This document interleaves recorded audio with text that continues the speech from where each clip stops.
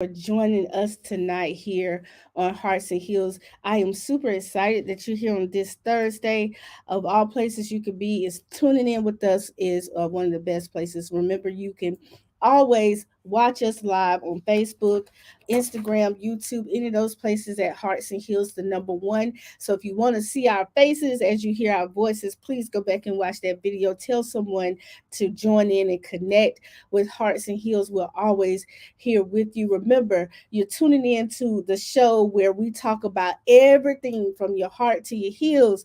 That's what it's all about. You can call in tonight. Tonight is a call in night. The number is 334-318-6375. That is 334-318-6375. You can also call in at 1-844 ASU WVAS. 1-844 ASU WVAS. It is exciting. This is the month of February, the month where we're celebrating Black history, we're celebrating love, we're celebrating heart health. And to start the show off tonight, I'm going to talk a little bit about heart health, and then we're going to get right into love talks with Montgomery Pride United. They're on with us, they're ready to get started. Let me share a little bit of data. Heart health is important. Go to the CDC or go to heart.org and learn about heart health. I'm going to tell you, high blood pressure is one of the main killers around here, so make sure that you're checking on your heart. Normal rates is less than 120, less than 80. Make sure that you are going, getting your check.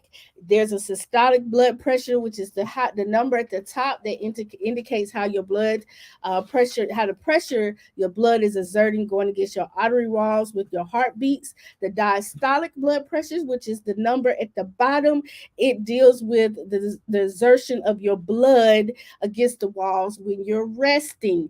That's just a little knowledge. I'm not a doctor, but I'm trying to give you a little information about your heart and your health tonight. Now, let me say this: it's a greater percentage of men that have high blood pressure than women. That is 50% to 44%. And high blood pressure is more common in non-Hispanic Black adults, 56% versus non-Hispanic white adults, 48% non-Hispanic Asian adults, 46% Hispanic adults, 39%. It is recommended that you take your blood pressure every day, at least once a week, but every day. If that number is above that 120 of 80, that you check your blood pressure. Now, get checked, my people. That's all I'm here to tell you tonight. Now, thank you for tuning in. I know that you're ready for this great conversation. We're getting ready to have Montgomery Pride United come and share some information. You know, last week we started our series with Love Talks, and we talked about self love and how you need to make sure that you are taking care of yourself and that you are spending time with yourself, that you are paying attention to yourself, and that you are taking the opportunity to enjoy who you are and who you've created to be. Tonight, we're extending the conversation. We're talking about love talks. It's so much controversy around the LGBTQ plus community and all the things that are happening. And tonight, we're going to have a conversation that is going to be great and wonderful, where we're sharing. We're going to have difference of opinions, but we have already stated that all is love, because we got to be able to have these conversations. And that's what Hearts and Heels is about: having the conversations, listening to each other, and making sure that voices are being heard, and we can share and disagree and learn how to agree to disagree at the end, as my husband says. Now, we're excited to have with us four guests, and I'm making sure if I mispronounce name, they definitely will correct me. But we have Travis Jackson. Hi, Travis. Hey, Travis. Oh, he went paused on me. Travis My Jackson. He's with Black Lives Matter, Black Voters Matter, Montgomery Pride United, and he's a Iraq veteran. And we have Jesse Alex Brandon, hello. who's a board of director for Montgomery Pride United, and he also works with the Trevor Project, which is a transgender youth program. We also have Emma McDaniel Ellis that's with All us. right. She's the educational director for Montgomery Pride United and the program director for Southeastern Queer Arts. And we have Ellis, which is the executive director for MPU, which is Montgomery Pride United. Welcome, everyone. Hey. Hi. Thank you for joining us tonight. I am so excited to have you. I know that this conversation will be great. So let's just start off. Let's just go with it, right? Let's break the ice. Let's talk about it because the people are waiting. We had this discussion before, but the church and the LGBTQ community plus, well, Q plus community, please forgive me. But we have over the years there's been a lot of contentions, a lot of interesting things, a lot of fights between the organizations because of different beliefs. So today we're going to have a conversation. I want you to express some things that you're hearing, and I want you to share some things that's hurt your feelings. Now, I know, Meta, you talked about some things over the past that you've heard from the church. Tell me something that you've heard from the church that offends you or hurts your feelings, or that you feel like the church have disappointed the LGBTQ plus community. Well, we hear this from all ages of people from our community, and it's through different faiths, not just Protestant churches, but through the Catholic Church. Some of the other faiths are not quite as um, terrible towards LGBTQ people. I mean, people from the Baha'i faith are more open minded.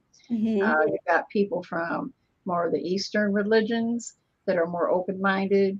And then you have a lot of religions that are not faith based so much, but are um, based on other types of philosophies and so forth. So, but it's basically with the Christian church and the Catholics and so forth that a lot of young people and elders have heard all their lives that they are an abomination or that they're going to go to hell. Mm-hmm. Or the phrase that we have all heard over and over again is, we love the sinner, but we hate the sin. And that is a phrase that is so offensive to many of us that we've heard all our lives from many people that supposedly care about us. But it really hurts to the heart. And we run into many young people who have been hearing these things their whole lives, and it's still very painful. I have an elder friend who's close to his 90s now, and Mm-hmm. he's with the church here in Montgomery and has never once come out to any member of his church or to his family, and has been in the closet his entire life because he knew that he would not be accepted there. And but because he loves his church so much, he has accepted that for himself. But it has really dampened who he is as a person, to the point where his mother wouldn't allow him to play the organ when he was a child because she told him that it was only queer people that played the organ. Okay. So I've been encouraging him to take up the organ because he's never had a chance to do that. Okay. This is just some of what we hear about. And I'll let somebody else talk on that issue as well. Well, and so do want to talk about that phrase because I have said that before, not just in reference to the LGBTQ community, but to other things. And I do want to say this. I think, so, as believers, when we should look at sin as what it is, sin, and we all have it. If you're a Christian, you're a believer, then you know that we all sin and we all fall short, right? I think where it becomes harmful is when we start singling out one specific thing. We have to, for me as a believer, I don't look at one particular thing because I sin every day, just like everybody else sin every day when you think about as a believer. um I understand why that's offensive, but then at the same time, I'm thinking to myself, why is it offensive? Because what we're saying is, in essence, we love you as a person, we just don't agree with your lifestyle. Like why is that considered to be hurtful? And I'm really truly want to know, because yes, she's like, let Right. me Yes, Yes, I can answer to that, and please. I totally feel you're coming from. I'm a believer myself. I'm a Christian. I was raised in an evangelical church in the country, so I am very familiar um, with this phrase and how it's been carried out in the church. And I definitely see where you're coming from, and I completely empathize with that. But the thing is about it, and I caught when you said that what some things that the church may say that may be offensive. I wish, and I'm going to finish my thought before. Um, uh, I wish it was just offensive, because offensive just means our feelings get hurt and we can move on, but it's so much more than just that. The things that the church and Christians say, like love this and hate this sinner, and other things to that effect, have real life damaging long term mental and emotional health consequences. And the reason why this line is actually so harmful is because exactly what you said. From your perspective, is simply, well, sin is sin, and all sins are equal under the eyes of God. It's not like I'm trying to single out anyone. Mhm. But the thing is, sin, when we think of sin in the church, we think of it, it's basically behaviors that we behaviors that going behaviors that we know we can change, basically. Mhm. But the thing is, being LGBTQ, being a part of this community, or having a identity that's other than heterosexual or being cisgender, that's not those aren't just like behaviors of a lifestyle. That is who we are. This is how we live life.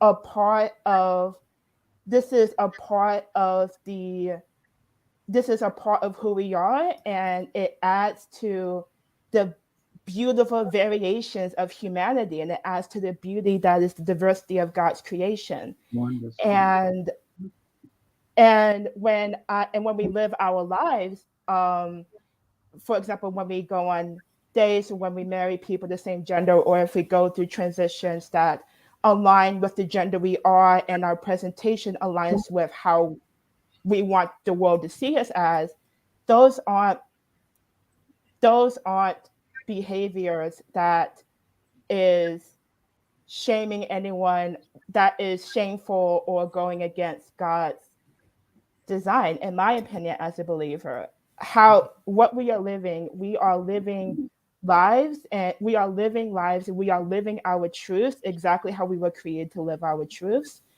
And we are not going against anything. If anything, not living to be ourselves, and going and ignoring what we know is the right thing for us.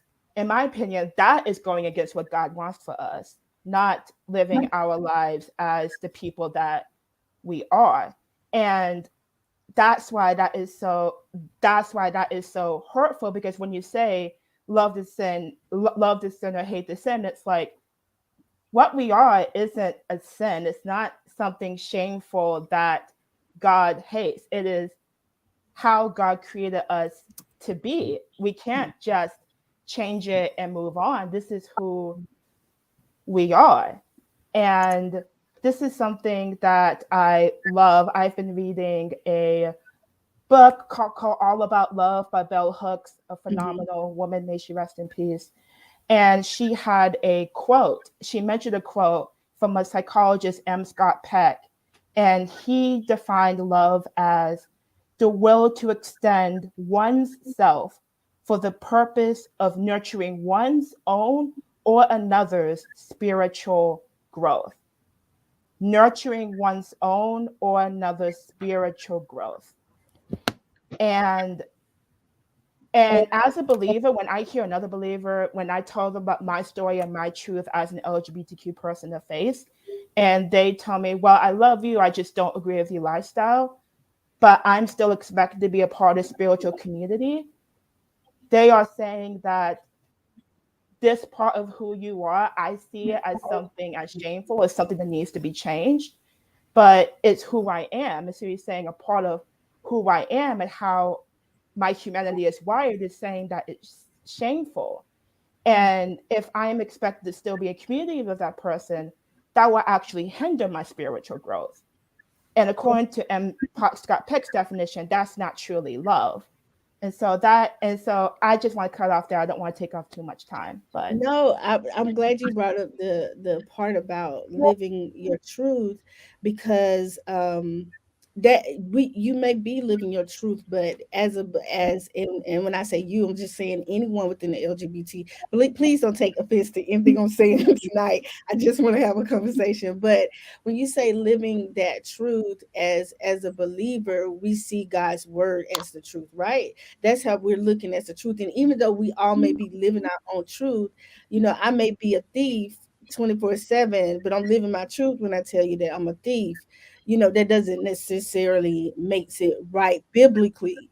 And I think that's how, and again, I'm not, that is how we see things when we talk about we love you, but we don't necessarily agree with your lifestyle, because we're looking at it as a thing, as something that you're doing. We don't see it as a lifestyle. We don't see it as this is naturally who you are.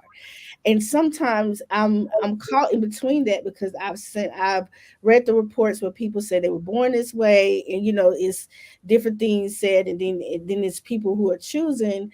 But then you have I've read also so many stories like with Jackie Hill Perry. I'm not sure if you're yeah, familiar with her, where she was a participant in the LGBTQ plus community. She lived that lifestyle, but then she said that God delivered her from that. So, how? What's the response? right. Okay, thank you, Travis. What's your response to that when people say, "Well, Jackie, she was able, she." When you hear stories like that, it makes it seem like it's more of a lifestyle, and I mean that it's a choice, and not necessarily this is how I was born. Right. So I am very familiar with Jackie Hill Perry's story. I haven't read her book, but I've seen interviews with her and I've heard some of her sermons as well.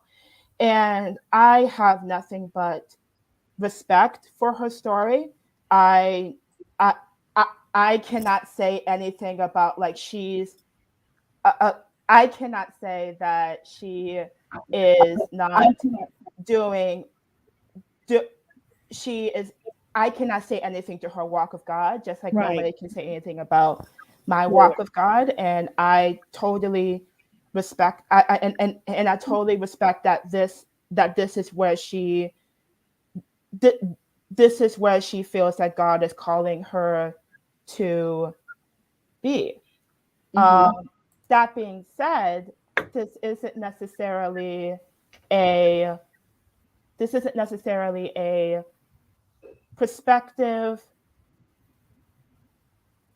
this isn't necessarily a perspective that reflects um, that reflects the majority or reflects every single person of faith within this Mm-hmm. community. And I want to mainly go off of what you said before about like biblically God's word, about biblically about God's word Mm-hmm. and biblically this. And I've struggled with this a lot actually when I realized, oh, I am this I I am this person that my preacher from the pulpit is saying like there's like all people who live life like this are going to hell and that their love is no more than lust. And it was so hurtful. Mm-hmm. But I'm just like, well, but this is from the Bible. So like God can't, so who am I to like go against this? But this does not feel, I don't think God would want me to feel this way about myself. This doesn't Mhm. feel right. And Mhm. so I That's read right. the Bible, but I also went into a lot of research, a theological research. And Mhm.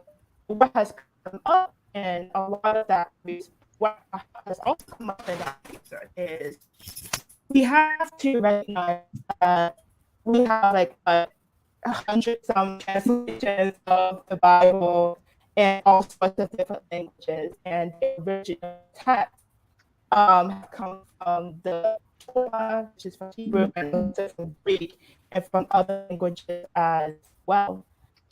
Um, and and what we see in our current text doesn't necessarily mean that every single text, it, Mhm. every single word Yes, yes. that we see is the true translation of what the original writers intended. In fact, a lot of in fact there were a couple of there were a couple of words specifically in a couple of specific words that were translated from Greek where in some passages, and I wish I can point out the verses, they escape me at the moment.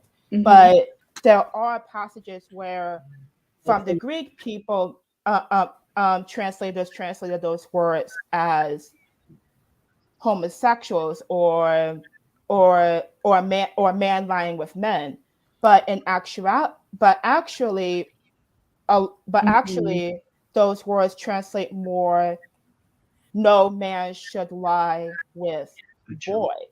Mhm. So these are actually verses that go against that that that that more accurately speak against pedophilia, and not necessarily and not necessarily and not necessarily consenting sexual actions between two adults just happen to be of the same gender. And homosexual actually has not even existed in any biblical translation until 1946. So a lot of what we are so so what I'm saying is that I'm not saying that the Bible a isn't an important text. It is an incredibly important text in my life, and it is important, and it is an incredibly important text to my faith. But after this research, I've started to take into consideration is like I can still take this text seriously as a guide to my life, while still recognize that there is a plethora of historical and cultural context and Mhm. translations I need to be aware about in order to get the full experience of what the Bible is truly saying and what things may have been lost in translation over the years. So I can agree with you that there is more to the Bible than just the King James Bible that we are familiar with. However, I disagree with that. I, everything we have to go back to the, let me say this, we have to go back to the original language to really understand the Bible for all things throughout the Bible, right? Right. So I can agree with you in the fact that you have to do more research, and some things you have to get clarity about the specific times, because even when the Bible says that women don't talk in the church, we know that if you do some biblical research you can get furthermore in down that rabbit hole. But I do want to share a comment that Travis made, and he hasn't been able to talk, and I think he dropped off the stream, but he's back with us. He made a comment, and Travis said, "Hate to sin, but love the sinner" is basically believing that the LGBTQ plus IA plus is a choice. There's nothing a choice other than homophobia and transphobia. Mhm. um, he shared that comment with us. I do want to talk more. Again, tonight we're talking love talks, and we have Montgomery Pride with us that's sharing. You can always call in at 334-318-6375, or 1-844-ASU WBAS. And remember, you can make comments on Facebook, share with somebody, let them know that we're on. Hi to Jazzy K. Ward. Thank you for commenting. Hello, Deborah Brandon. Thank you for commenting. She said, God looks at the heart, not at the gender. If that wasn't so, he would not have accepted women. God is no respect of person, which is an interesting comment, Deborah, which leads into another place that I want to go to. So, and we can talk about this all day long. I feel like we're going to have to, have more conversations because I have scriptures I want to bring out, girl.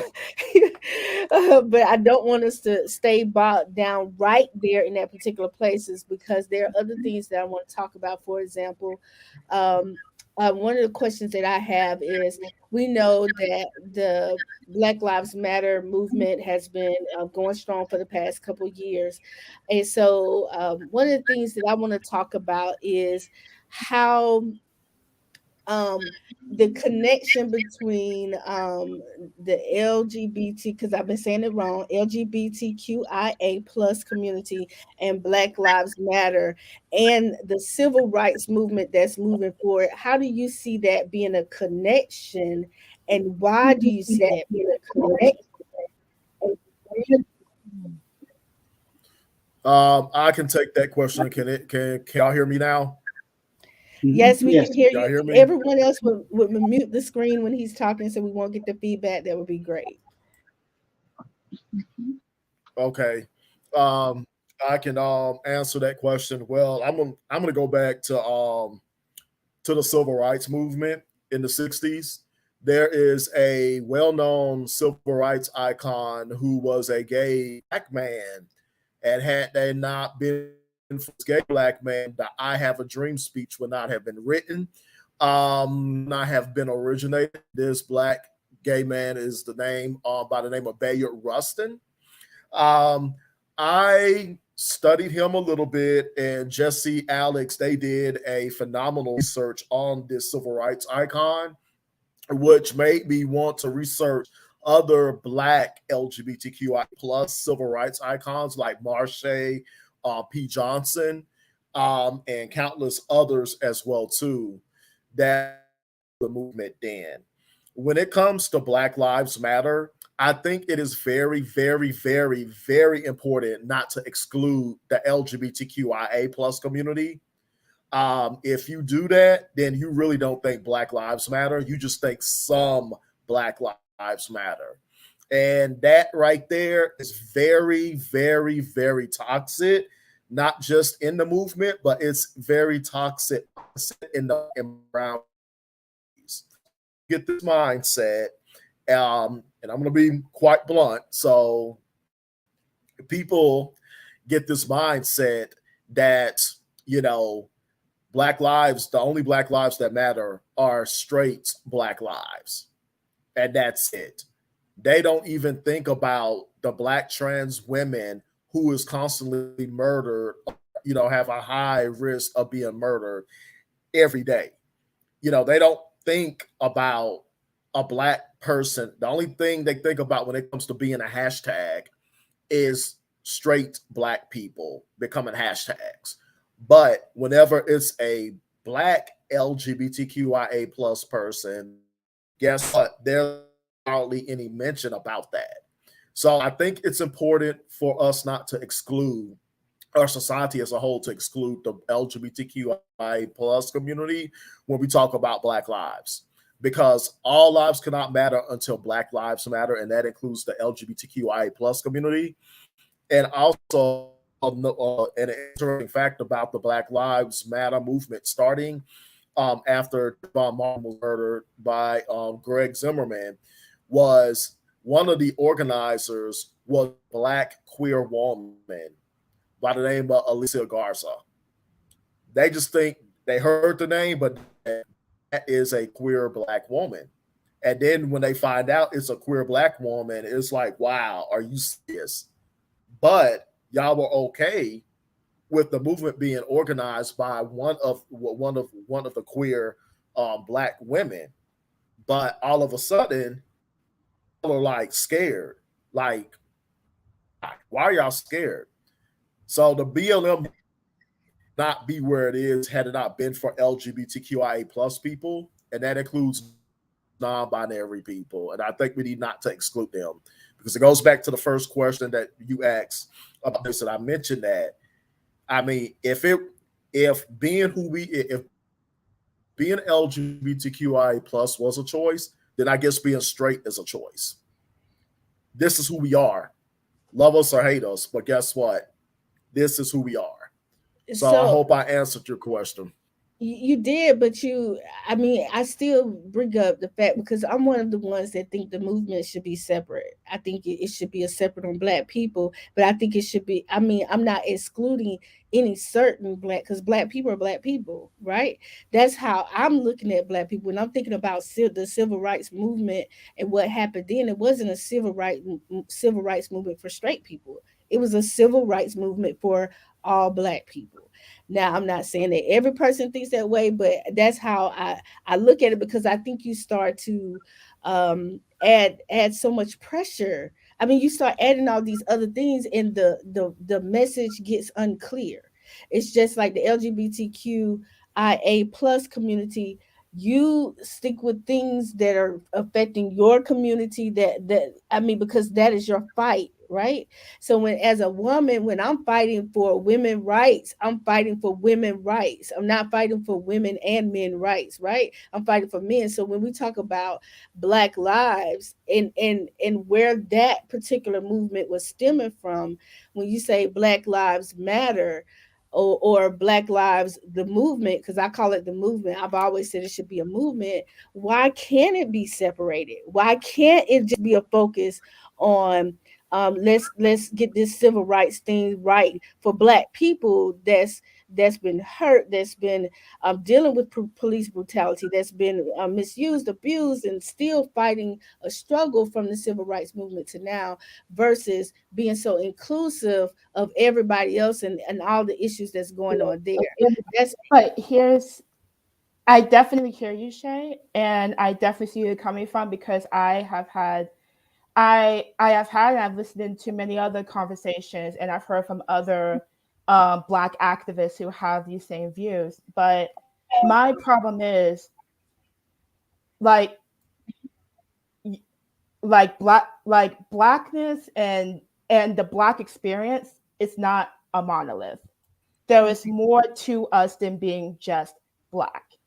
And and there is more to us than being just black, and it's not, and when we say that Black Lives Matter means all Black Lives Matter, including LGBTQIA plus, we're not just singling out Black LGBTQIA plus people either. We mean Black disabled people, Black autistic people, Black people, Black Black people, Black people who are not African American, Black people whose But do first you language have is to? But do English. you have It's to everything. separate? But my question is like, do we have to separate if we're saying Black lives? Why is That there a need is to separate? that's all inclusive. So do we have to say black men? Do we have to say black women? Do we have to say black children? I'm just asking a question because I think the movements can get lost. The movement can get lost because what I find when I look at some of the conversations, and I've read some of I've read some of the conversations from different places, it gets so lost. The message of blackness and protecting that sanctity, sometimes it gets so lost because people can get hung up on all of their things. Like you said, some people, they don't understand the LGBTQIA plus community, so as soon as they see something that's attached to it, then anything else that was being said is gone, right? But that doesn't mean that the people who have those identities have to pause or bring that identity to the side in order to have this conversation about blackness and the sanctity of blackness, and having a conversation that very much still affects them because they are a black person. Mm-hmm. And yeah, and yes, and I think this is a very common thing, especially. I don't want to get into more into it than what I'm going to say, but with Dave Chappelle, with his critique for the trans, his Correct. whatever That's his true. stand-up routine with the transgender community, and his feedback is like it's like it's like we're focusing so much on like what these like what the trans community face, but like black men are getting shot, and I'm like, yes, and some of those black men are gay. Some of those black men, Tony McDade was a black transgender man who was shot by police during the summer of 2020. This type of rhetoric saying that being black and being LGBTQ plus or being black and holding another identity is are, is something that is something that needs to be separated, or in order to talk about one aspect of identity we can't focus so much about the other aspect of our identity, but treating the other aspect that's not black as if they are boulders in the way of the real conversation. When, if anything, they add to the conversation, not in the too many cooks in the soup type of way, but in an enriching. There was so many beautiful experiences of blackness that inform what it means to be black, and and And I we agree. learned that like I think that's wonderful. I do. I think there's so much. I'm a fan of saying that blackness is so varied. Like we have so many different pieces to ourselves, and we're so colorful in so many different ways. I don't consider myself, when people meet me, I'm not what they think I am because I have all these different things that I love right. that are not considered part of the black community. So I agree with that wholeheartedly, and I'm 100% down for let's do that. But I so my thing is like when you say when I say my family, I don't have to say my family, my husband, my family, my sons, my family, my daughter. I just say my family, right? And that is Mhm. who, whatever they are, whatever their things are. It should be inclusive. Now I'm not saying that it is. I'm saying that should, for me, that should be inclusive. So when we say Black Lives, it should be inclusive. Just like Mhm. when you say the LGBTQIA plus, that should be inclusive. When we talk about women's rights, it should be inclusive for women's rights. I'm just Mhm. think about it from that perspective. But I do Yeah. understand completely what you're saying, that we cannot see the issues, we cannot avoid or not acknowledge the issues that are happening in certain communities within the black community. But it's like when your mama tell you, "Well, you got to clean up. Don't you be bad in the store." You go out and you go out with this front facing, and we're all together. And whatever we have to deal with inside, we deal with it inside. Not that Mm. we've done a great job as overall, but that's how I think of it. Now we have been having a spirited conversation. I'm loving this, and I feel like we're going to have you back to talk some more about these things. Gotten to half the topics that we discussed. I'm so sorry, but you've been listening to Hearts and Heels. We have had some representatives from the Montgomery Pride. United. We got Travis Jackson, Jesse Alex Brandon, Emma Ellis, and Meta Ellis on with us tonight, and we've been having a spirited conversation. I had like 100 more things I want to get to, but I have one more question, and then we're going to get to some healing part, because what I don't want us to do is to leave the show feeling like that there is some contention. What we're doing is merely as talking, having a conversation, explaining our point of views, and hashing it out, because we don't spend enough time listening to each other. We spend too much time reacting and responding in negative ways. You did mention a few minutes ago Dave Chappelle, and his comments about the transgender community. And I've had a lot of spirited conversations around that, his comments and some things that he said. I won't go into too much for him, because I think that's a whole nother discussion. But I do want to talk about the transgender community and just some concerns that I've read, even concern for me as a person. I want, from your perspective, I actually wrote this question down. Which is more important, gender identification or biology, and why?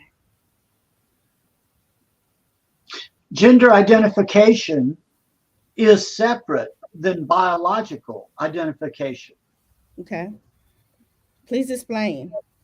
Well, a person can be born with biological sex orders, but have the physical, but have the rather physiological, mental makeup of a different gender, and have the feelings of discomfort in being born in a body that they do not really associate themselves with.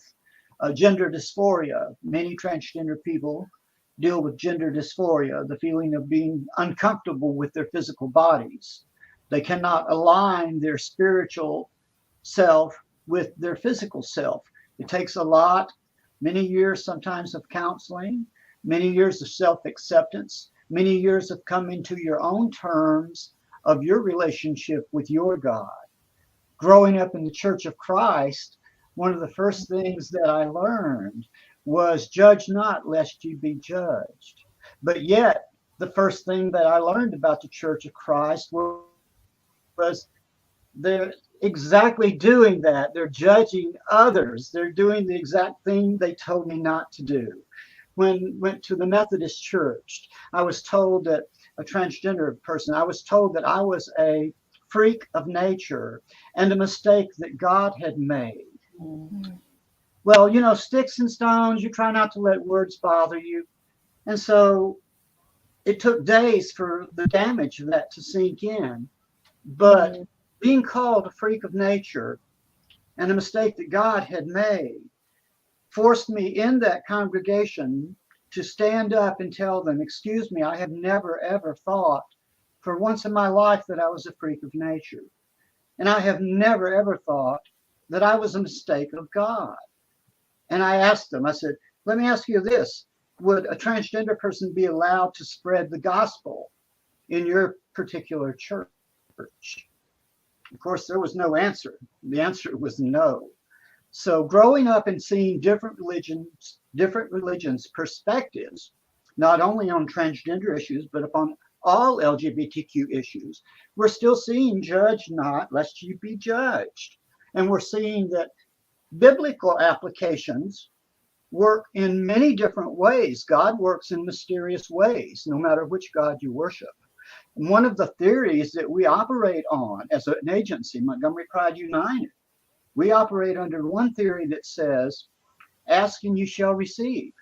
Because when our community is in need, we ask our community, we ask our family, we ask our chosen LGBTQ brothers, sisters, aunts, uncles, and mothers. We ask our family and we receive. Ask and you shall receive is a working principle. Another working principle that we operate on is there is no reality in lack. Why should poverty exist in this world? Why should anyone have needs that are not being met by others? We as a community, we as a beloved community, we work together. The LGBTQ community works together with the cis and straight community to help everyone raise themselves up, you know, out of depression, out of poverty, out of anxiety, out of suicidal thoughts. The rates of suicide, the rates of mental depression, anxiety, homelessness, sexual abuse are so much higher for the LGBTQ community when you compare them to the cis community. So we're already facing extraordinary challenges. And like Travis mentioned earlier, to be a Black transgender woman is one of the most dangerous life expectancies for the LGBTQ community person to have. A white woman lives an average of 73 to 78 years old. Those statistics don't apply to the Black population in general. So, Yeah. Well, I love your passion. Thank you for sharing. Yeah. Um, so I do want to talk about the transgender community and just all the things that are happening now. And it's just so happened I was reading an article earlier. I'm a news geek, by the way. But I was reading an article where Adele accepted. I'm not sure whether you've heard, but she accepted an award, and she's being slammed right now because she was at a gender neutral event, and she said she enjoyed being a female artist. And for some reason, people are really slamming her for that comment. And so, my question is, are we getting to a place where we all have to fit into acceptable labels because everybody wants us to fit into those acceptable labels? Like, at what point will I be able to say I'm happy to be a woman and people get offended? Because I felt like for her, just for her, that it was this. I was like, she just said I'm glad to be a female artist, because artists, when you think about music industry, things like that, it's male dominated, and there's a lot of things that happen in the background. And I'm quite sure she did not mean it in any type of way, but she received all this flack. So at what point are we going to get away? For me, I would like to know, what point are we going to get away where people are not being insensitive, but they're just stating their truths? Mhm. I think it's unfortunate that that happened to her because it seemed like there was a lot of misunderstanding with what she meant in that. But I think until society gets to a place where people are acceptable just the way they are, which sounds very simplistic, but until we get to the place of allowing each other to be simply who we are and not have to put ourselves in boxes, whether it's our sexuality, our gender identity, our race, or whatever, there are certain things that we have just got to come to terms with and allow each other to be diverse and different Hmm. and Hmm. beautiful and just who we are as a human being. And until we evolve to that place, you're going to run into a lot of people with misunderstandings or wanting to put others down for just being themselves. And that's where people like ourselves, who are very different, we take that honor of being representative of what the beloved community really looks like. And one of the things that we try really hard to do is to embrace that energy within ourselves and with everybody that we come encounter in the world, that come through the center, that we work with out in the world. And we work with a lot of different groups. We're extremely intentional in trying to be diverse. And as you've talked, being able to listen to others, not necessarily agree with everything, but have an open mind and an open heart. I think the more that we represent that out there, the more other people are going to see that as a wonderful place to be, where we're not judging each other for who we are as people. And we'll get off this whole thing of worrying about what kind of sexuality each one of us is. That's not important.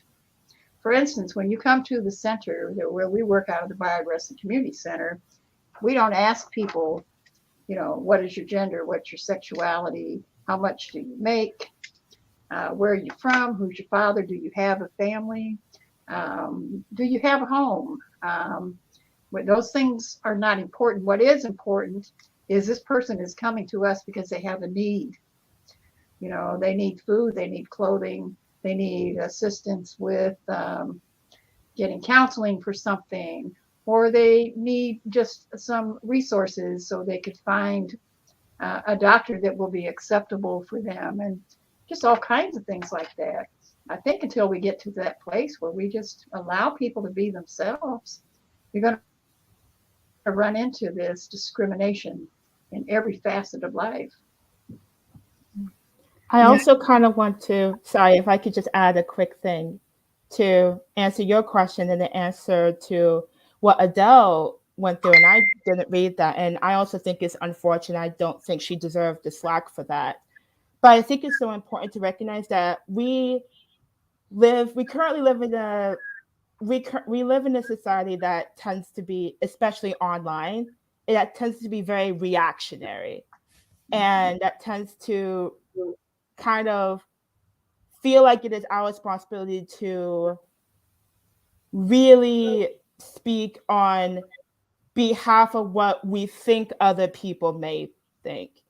And I think with the concern that you brought up, it's like, when does it come to a point when we can't say a certain thing because it may be deemed as offensive? I There's nothing wrong with stating that it is so important to be a female artist, because in a male dominated industry, and in a society where women are still very undermined for their talents and their integrity, it is so important to point that out. And but I think the reason why, and I don't really know the exact environment of this place. He said it was like a gender neutral awards show, so I don't really know the context of that. But I know that that a lot of public spaces want to move towards gender neutral language in some aspects, to be inclusive of people who are non binary, like myself, who don't identify as either a man or a woman. But that doesn't mean that people aren't allowed to be male or female anymore. It's just a recognition that there is more to gender than man and woman. And like Emma very eloquently said, there is a difference between biological sex and gender identity. And but and ge- there's difference between biological sex and gender identity. And just because you were assigned female at birth, that doesn't mean that that doesn't mean that every single person assigned female at birth will identify as a woman, and vice versa. And and there are people who don't identify as either, who feel that gender experience cannot be contained within the social label man or woman. So with this language, I guess with this gender neutral language, I don't think we're at a point where we can no longer say who we are. I think there is a misunderstanding about what the role is and the importance of expanding our knowledge of gender and gender neutral language that acknowledges that there are people of those experiences. Like, it doesn't, we're not like yeah. Yeah, I think so.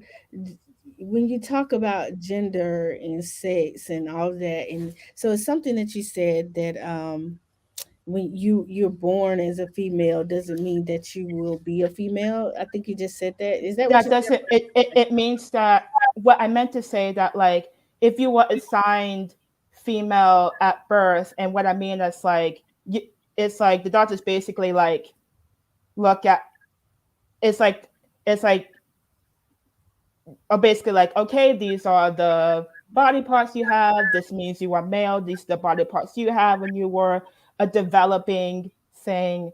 That is, um, that means a male, and vice versa. What I'm saying is, and that that the existence of transgender people is proof that just because you were assigned this, that that you were assigned this sex, and if you were assigned that sex, that means you have to live the rest of your life as the gender that it's matched with. But that is not necessarily the case. Just because someone was Yeah. assigned female at birth, that doesn't mean that like every single person, like every single person born assigned female at birth, will feel comfortable living life as a woman or being seen as a woman. That is not their gender. But yeah, yes, I understand what you're saying for the trans community, those who live in the trans community, or that's they see themselves as different. I just think it leads to other issues in that we have to think about. And one of the things that we can't get into that conversation, because if you could believe it, we're almost done with the hour. Because I think, when you talk about trans athletes, that brings up another conversation, right? When you talk about, it's so many different aspects that make a difference, even for me, and this is just me personally. I was a little offended when when Caitlyn Jenner was known as the Woman of the Year. I was like, whoa, what, how did that, and that's just me personally. That's not even, but I'm just telling you how I felt. And those are some of the things that we have to continue to have conversations and discussions about, because there are real feelings and and people are not understanding, including myself, how these things are impacting and Right. influencing everybody. Now we're down to 5 minutes. I just got the word, so I know I just laid something on. I do want to, if you could tell me, why is it important, as we close out, if you could just give me a 2 minute statement, why is it important, that as a community, your voice is heard, and that laws are made so that you can live your life the way you want to, or the way you feel like you have to. It's important because we're human. We are your neighbors, we're your friends, we're in your church communities. Well, We are everywhere. And the reason why we are facing so many of the issues that we're facing because of misunderstanding, misinformation, and honestly a fear of people outside the community of everything I thought was true about the human experience is being challenged. That makes me uncomfortable, and I don't like being challenged in this way. And the only way we can remedy that is if we lean into the discomfort, not to ultimately make ourselves uncomfortable, but to learn from each other. And so we can learn how to love each other better, and that everyone can experience the respect that we deserve. Thank you so much. I know this is just a piece of a conversation that we need to continue to have, but I appreciate you guys answering some hard questions from me and giving me some of the hard truths. Montgomery Pride United. Now, what we do support is that everybody is healthy mentally, emotionally. So if you are feeling trapped, or you feeling like no one cares, please reach out to the community so that they can support you in whatever ways they can. If you feel like you need someone to have a conversation with, I'm quite sure Montgomery Pride United would love to talk with you and have you as part of a community that is all about love. um, I love everybody. I love this conversation. Thank you so much for sharing with us tonight. Remember, Hearts and Heels is all about conversations and transparency and getting to know people and understanding lifestyles and differences. Just because we believe something different doesn't mean that we cannot have the conversation and cannot do it in love and kindness and try to understand each other. I'm just trying to get a little understanding. I hope you are too. Live this life seeking to gain knowledge, seeking to gain understanding, and seeking to see the other side of things. That's what it's all about. Jesus came, he brought love into the world. And God said, with loving kindness, I have drawn thee. And I see that scripture on there. With loving kindness, I have drawn thee. So make sure that you're loving and you're being kind and you're seeking to understand people, not because it's easy, because the work is required and necessary. Remember, whatever you do it with all your heart. And if you can't do it with your heart, remember to put your heels on.